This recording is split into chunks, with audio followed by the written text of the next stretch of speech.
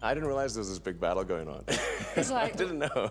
The year 2020 recorded a huge leap in the energy sector as a lot of people began to find energy cheaper than the regular electricity from gas-powered plants that in turn tends to affect climate change.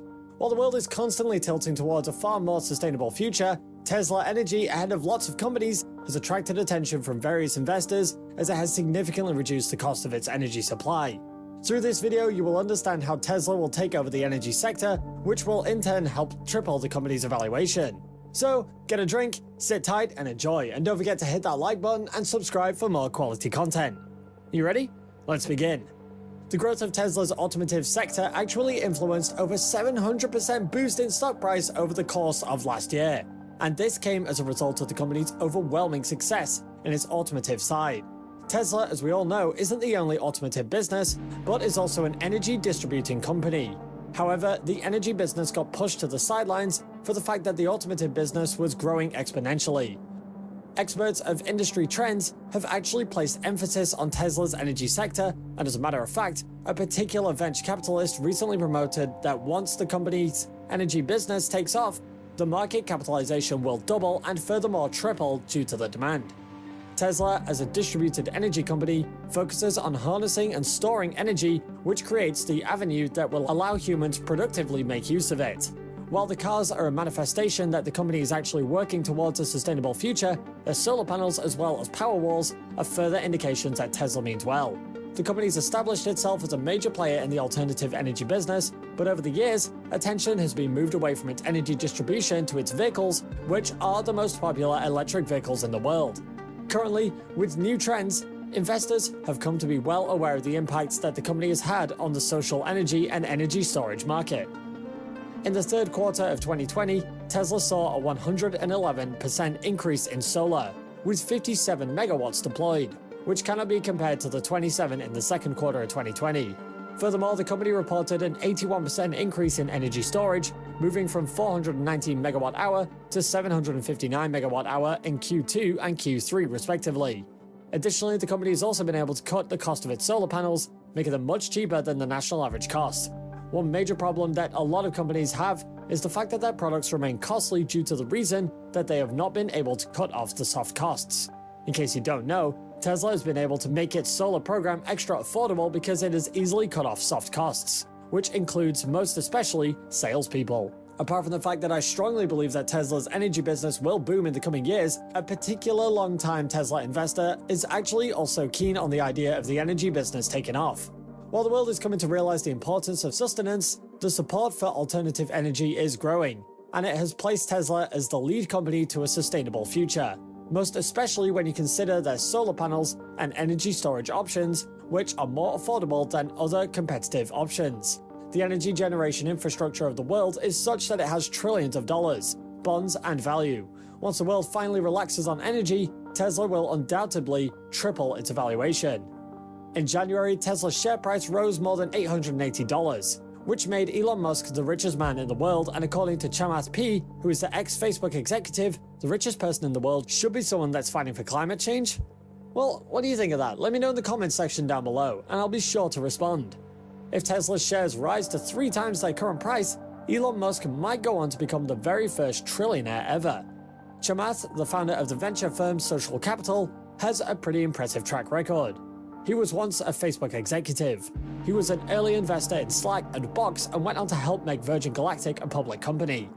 When he was asked why he thinks Elon Musk might have greater riches in the future, he did not simply place emphasis on reasons one might expect, such as Musk being a cult figure or some extremely hardworking fellow. He promoted something very much simpler, which was that Tesla and his CEO are working against climate change. Interestingly, Tesla is a company of figuring out how to harvest, store, and use energy. In case you don't know, delivering clean energy allows the world to become sustainable, and it is a really important thing that will be rewarded by markets, as well as individuals accordingly. Migrating the effects and reducing climate change perhaps is the greatest difficulty plaguing humanity today, and businesses such as Tesla, who have effectively sought to tackle this challenge, will and no doubt see their values appreciate. Despite a rather tumultuous year, 2020 witnessed a boom in clean energy, and as a matter of fact, this trend will most likely not end there. while a number of larger institutional investors have been, for decades, splashing cash on larger-scale renewable energy projects, the attraction of clean energy as an investment currently spreads like wildfire, even to individual retail investors. News stories have reported that solar power in fact comes more cheaper than electricity generated by gas-fired power plants. And this has cemented the beliefs of various investors that renewable energy will undoubtedly replace the usage of fossil fuels over the coming years. A particular report recorded that small investors accounted for about $80.5 billion of flows into sustainable funds during the third quarter. Over the last couple of years, and still counting, Tesla supplied energy to homes, businesses, and utilities by selling solar panels, solar roofing, and battery storage packs, popularly known as the Powerwall, Powerpack, and Megapack. In the long term, perhaps Tesla Energy could roughly grow to the same size as Tesla's automotive business. As we rightly know, Tesla's energy business is actually not standing alone, as it is part of a broader ecosystem. But despite this, I believe that Tesla is poised for a really crazy growth in the coming days, weeks, months, and even years. On the flip side, Tesla's solar business has been associated with more negative news than positive in recent years. Once, the company faced a lawsuit from the shareholders over its controversial 2016 purchase of SolarCity. Personally, I think there is a lack of understanding and appreciation of the growth of Tesla's energy sector. Tesla's inclusion in the S&P 500 came as a historic moment for the clean energy industry, where despite its criticism, the electric vehicle and clean energy company proved to achieve a high valuation among stock market investors, and you shouldn't be surprised when they say that the company is at the verge of transforming the clean energy sector. While wind and solar have been major drivers of the clean energy theme, electric cars as well as battery or energy storage are also currently contributing to the sustainable future we want. Tesla's solar program has, without an iota of doubt, become the most affordable solar in the United States, and this is ascribed to the numerous developments in the company's energy sector. In the second quarter of 2020 earnings call, the CEO, Elon Musk, stated that Tesla's solar panels were now 30% cheaper than the US average. However, the method the company employed to get to that point boils down to efficiency and unique understanding within its energy sector. A video in the previous year revealed a breakdown of Tesla's solar program, and how the company successfully managed to slash the prices of its solar panels to suit the need of customers in the US. Despite the fact that the United States has the most expensive rates for solar panels and energy production in the world, Tesla managed to cut the price per watt. As earlier mentioned, the company's strategy to eliminate costs was simply as they cut out wages for sales representatives and allowed people to order their solar online. In case you might be wondering, the reason that the United States solar prices are increasing is because the soft costs of installing the infrastructure on a business or place of residence are highly unbearable. Soft costs, as a matter of fact, are the non-component costs of the system. These costs actually include permits, inspections, as well as hiring salespeople, which could add up to $1 per watt on every installation. As $1 might not sound like really much, if we place it in the grand scheme of things, however, it could make solar supply unaffordable for quite a lot. What then is the use if the majority find it difficult to afford? As an example, if there is a family that lives in about a 2,500 square foot home, they would most likely need a Tesla 8.16 kilowatt system. And if Tesla had not cut off soft costs, that apparently had nothing to do with the system itself, the family would have been subjected to at least an extra $8,160 price of the infrastructure itself. Interestingly, due to the dynamic incentives through the federal and local tax credits, investors who then choose to invest in Tesla's solar panel system will spend some 30% less than the national average. The company's simple online ordering process has so much helped in several ways. The lowered prices on the company's products have assisted the growth of the business, and in turn has aided to increase the stock market value over the last couple of months or year.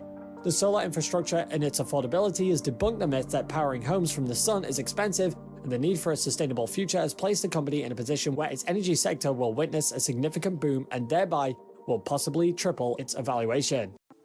The year is off to a great start for the space travel industry. Just recently, Virgin Orbit launched its first rocket into space. Its last test flight launch last year didn't go as planned, so this is a big win for the Virgin Galactic spin-out. Never heard of Virgin Orbit? Well, we've got you covered. Watch this video to the end for more details about the launch and the company, and don't forget to hit the like button and subscribe to the channel. On the 17th of January, Virgin Orbit's Launcher 1 entered the Earth's orbit. This is definitely not the first rocket in our orbit. Its launch process, however, is something new. The rocket was launched from beneath the wing of a Boeing 747. The California-based company nicknamed its 747 Cosmic Girl. Cosmic Girl took off from California at 10:30 a.m. The 70-foot launcher was attached to her left wing. The airplane flew across the Pacific Ocean before the launcher was released, and when Launcher 1 was freed, it powered its own rocket. This allowed it to thrust itself over 13,000 miles per hour, where it soon began orbiting the Earth. Unlike its 2020 demo launch, this flight carried payload satellites, 9 of them to be specific. Better to not imagine what it would have been like if this launch went south. The 9 payloads were all for Virgin Orbit's client, NASA. Orbit refers to NASA as an early adopter of the company's service. The small satellites are part of NASA's educational launch of Nano Satellites program. It also aims to let high school and college students design and assemble small satellites. NASA then pays to launch them into space. The small satellites launched came from more than 3 colleges. One of the smallest is designed to be a temperature monitor from the University of Colorado in Boulder. Another is to study the collision of tiny particles in space, which came from the University of Central Florida. An experimental radiation detector satellite was also launched and was designed at the University of Louisiana at Lafayette. It was about 4 hours after the launch that Virgin Orbit tweeted a confirmation of the satellite deployment. They said, "Payload successfully deployed into orbit. We were so proud to say that Launcher 1 has now completed its first mission in space, carrying 9 CubeSat missions into low Earth orbit for our friends at NASA. #LaunchDemo2. Orbit was not the first new space company to successfully enter space orbit. It is, however, still one of the first few. It is only trailing behind SpaceX and Rocket Lab. These two companies are startups that aim to transform the old conventional industry with innovative technology. This successful launch hopefully will set the tone for Virgin Orbit's customer service. The company will begin to launch satellites for a wide range of customers, from NASA to the military and other private sector companies. These companies include Citadel and Swarm. Richard Branson has been known for his company's hard work. Virgin Orbit says they are on a mission to open space for everyone. According to them, we're enabling space veterans to do new missions in new ways while also turning dreams into reality for students, gung-ho entrepreneurs, and everyone else who never thought they'd be able to reach orbit. This means that both old and new stakeholders in the space industry have better and more affordable options for travel. SpaceX offers ride-sharing services, and Orbit claims these won't be enough to meet the demands of satellite launches. Orbit also offers small satellite operators some autonomy on their time. They aim to break the trend of treating small satellite customers like second-class citizens. They want to give them some control over their satellite times. Basically, Orbit is offering to launch at the client's pace. They are basically creating a whenever you want, wherever you want service. They'll be pushing for more always, even above 20 flights per year. Orbit's vision extends past the Launcher 1. They plan on making more than one vehicle. Their innovation will continue to increase. This should lower their production costs, and they also plan to boost their launch rate to an unprecedented frequency. The company will be in touch with the market, and their reason is that they'll be properly informed of new trends and needs. Orbit declares in its vision, "We want to ensure we're enabling the next generation of world-changing space technology, while also bringing in new players into the field." Orbit has summarized its business goals in a 3-part statement. Part 1 says customers no longer need to worry about traffic jams at spaceports. They say, "Don't go out of business waiting for your ride to space." Part 2 regards saving resources. The company claims that it can drop your satellites off where it belongs. This, they say, is because our mobile air launch system can easily reach any orbital inclination, giving you the ultimate flexibility when it comes to optimizing your mission. Part 3 is hardware innovation. Their team has a long combined history in aero production. Because of this, the company has moved quickly from paper sketches to visible and proven hardware. They have innovations such as hybrid additive subtractive manufacturing, and this will help them to produce dozens of rockets per year. Their facility in Long Beach is going to be the base of production. They have this to say about their launch team. The launch team tests and operates both the Launcher 1 rocket and our 747 carrier craft, Cosmic Girl. The launcher team will closely work with every other department, helping to design structures and avionics systems, as well as efficient testing processes. Virgin Orbit seems to be staying in line with this plan of theirs. Their system of launching a rocket with a plane is the first of its kind. They've conducted multiple drop tests of their Launcher 1 since 2018, and these tests included flying the retrofitted 747 over the Pacific Ocean and sometimes letting it plunge into the ocean. This was to test the vehicle's release mechanism. Orbit's first attempt to put a rocket in space happened in May 2020. The first attempt did not go as planned. A lot of things went well. The plane ascended correctly, the rocket dropped as it was supposed to, there was the main engine ignition. However, there was a problem with the liquid oxygen fuel line. This didn't allow the rocket to enter into orbit. The company's CEO, Dan Hart, said earlier this month that it had worked on the malfunctioning propellant line. He added during a conference call that the company had done a lot of testing since May. Hart said, "Watching Virgin Orbit rise to the occasion and dive into the details and drive the maturation of the system is really amazing." Virgin Orbit was spun off from Sir Richard Branson's Virgin Galactic in 2017. Orbit focuses on helping clients launch their satellites. Galactic, on the other hand, is a more concerned effort with space tourism. It is described as the world's first commercial space line. Their goal? To open space for everyone.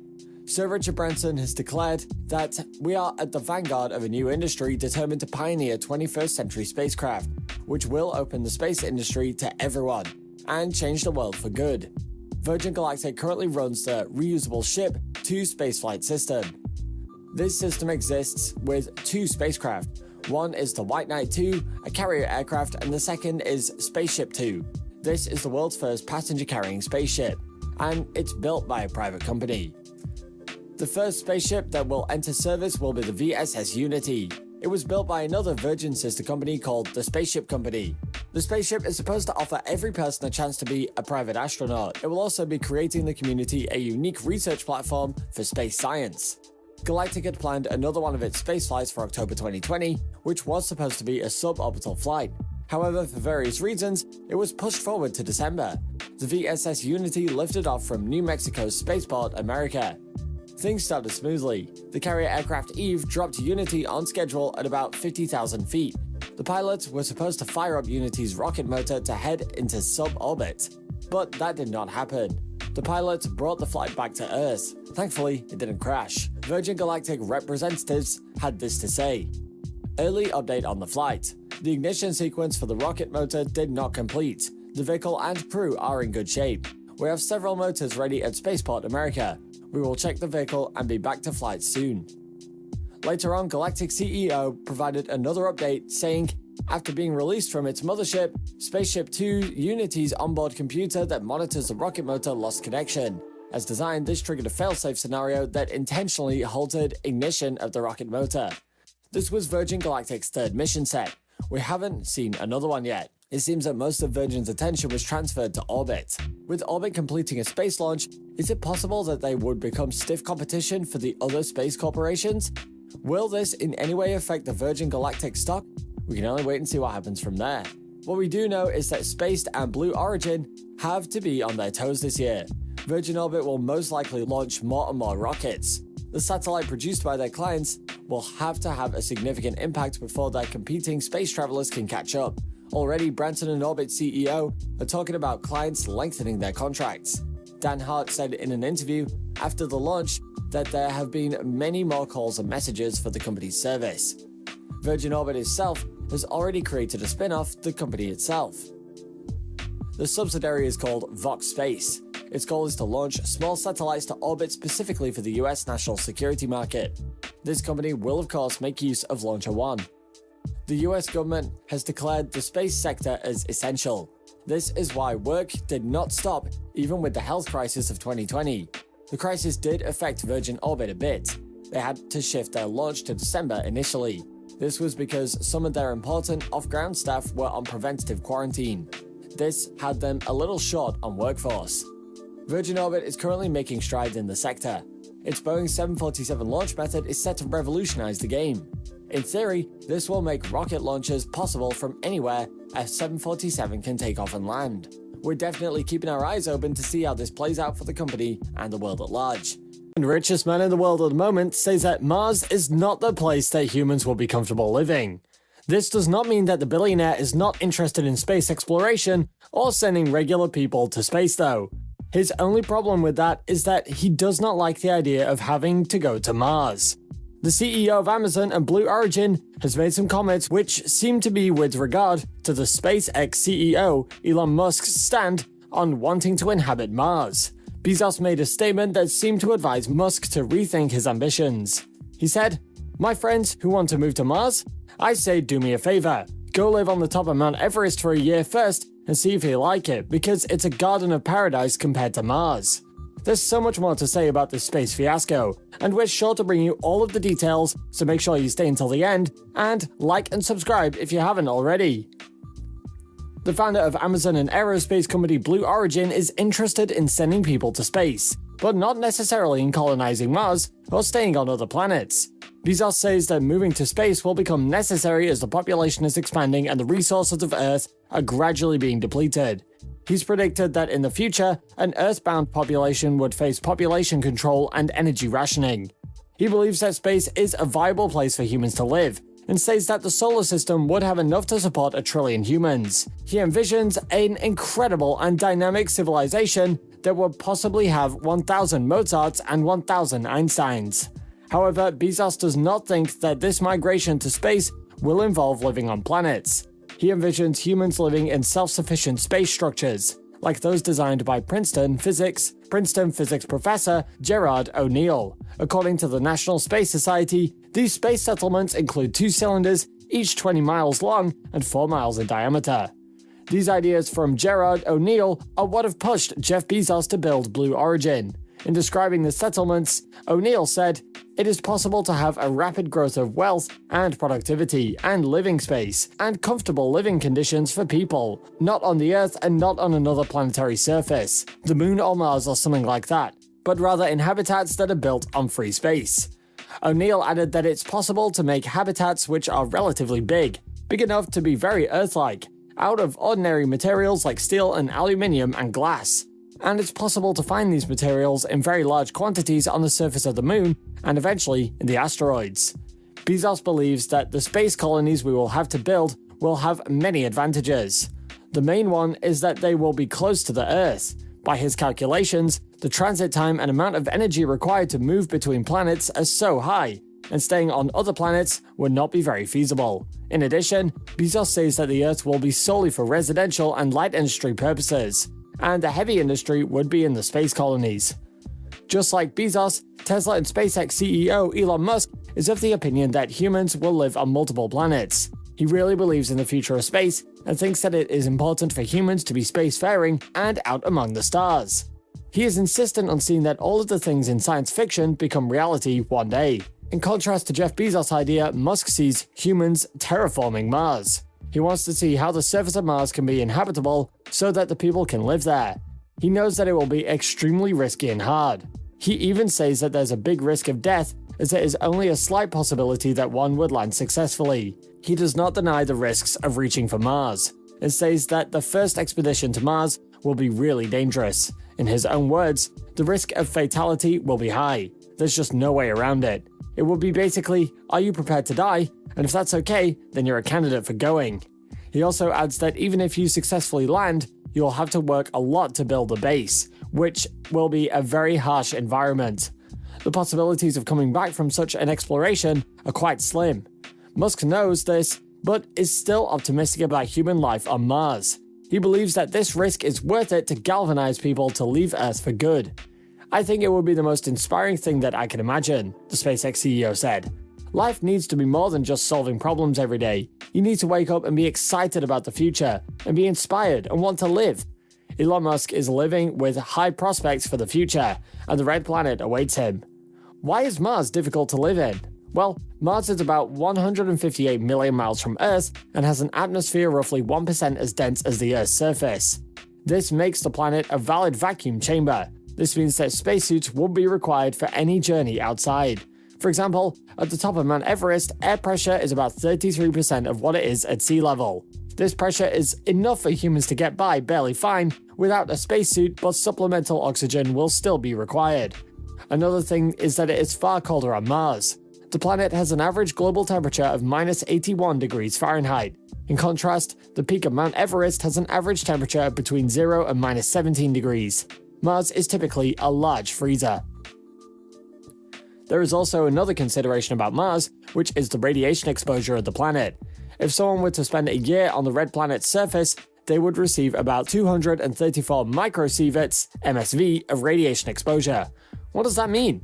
This is nearly 5 times higher than the annual safe exposure limit of a worker in a radioactive plant. If it was on Mount Everest, the difference between the annual limits is just about 6 microsieverts. Usually, extended radiation exposure brings a risk of cancer and could also lead to eye cataracts, nervous system damage, and problems with attention and memory. As it stands, the chances of getting to Mars safely are very slim, and the possibility of surviving on the planet seems to be very far-fetched, but Elon Musk feels there should still be a way. Bezos has made indirect remarks about building a life on Mars. We have sent robotic probes now to every planet in this solar system, and this is the best one, Bezos said, describing Earth. My friends, who wants to move to Mars? I say do me a favor, go live on the top of Mount Everest for a year and see if you like it, because it's a garden of paradise compared to Mars. Bezos has spoken openly about what his company Blue Origin is aiming to do in the space world. He has a goal of making space a place where scores of people can live and work. The company's immediate goal is to build reusable rockets, including a system called New Glenn, to dramatically reduce the cost of accessing space. Such future launch systems could lay the foundations for a robust and cost-effective transportation network in the Earth's orbit. Bezos has the belief that once this network is in place, a new era of space entrepreneurship will be introduced, and some sort of space internet would lead to the development of many companies involved in space travel. Even though both billionaires seem to be having opposing views, they have a particular focal point of settling on the surface of the moon. Elon Musk once said, "We should have a base on the moon, like a permanently occupied human base on the moon, and then send people to Mars." Bezos also said something in the same direction. "I think that if you go to the moon first and make the moon your home, then you can get to Mars more easily." The difference still remains that Bezos feels that after settling on the moon, it will be more feasible to focus on populating the space around Earth. He believes that it is closer to home and much safer that way, as problems can easily be handled. Bezos' company is named Blue Origin because its aim is to protect the planet. All their work is centered around the blue planet that we are from. Bezos says that the company was created because we do not want to face a civilization of status. This is a very high possibility if we continue to stay on the planet, and this is the long-term issue that they're against. He explained that at a point in time, everybody in the world is going to want to be a first world citizen, using first world amounts of energy, and in this way, we will be using a whole lot of energy. A life of status would mean that there will be population control combined with energy rationing. Bezos has fears of this possible future and feels that this is not what he would want future generations to face. SpaceX, on the other hand, has developed a program known as the SpaceX Mars program, which is initiated to facilitate the eventual colonization of Mars. The program includes fully reusable launch vehicles, human-rated spacecraft, on-orbit propellant tankers, rapid turnaround launch and landing amounts, and local production of rocket fuel on Mars via in-situ resource utilization, ISRU. SpaceX's aspirational goal has been to land the first humans on Mars by 2024. However, Elon Musk stated in October 2020 that 2024 is a goal for an uncrewed mission. Musk is highly confident that the first crewed flights to Mars will happen in 2026. A key element of the program is planned to be the SpaceX Starship, a fully reusable super heavy lift launch vehicle under development since 2018. To achieve a large payload, the spacecraft would first enter the orbit of Earth, where it is expected to be refueled before it departs to Mars. After landing on Mars, the spacecraft will be loaded with locally produced propellants to be returned to the Earth. Is the Mars program a suicide mission, or do you think that Elon Musk will be able to land his ship in 2026? Jeff Bezos may be right with his apprehensions, but we will simply wait and see how it unfolds. Thank you for watching this video. While you're still here, go ahead and click on one of these 2 videos on your screen. See you there!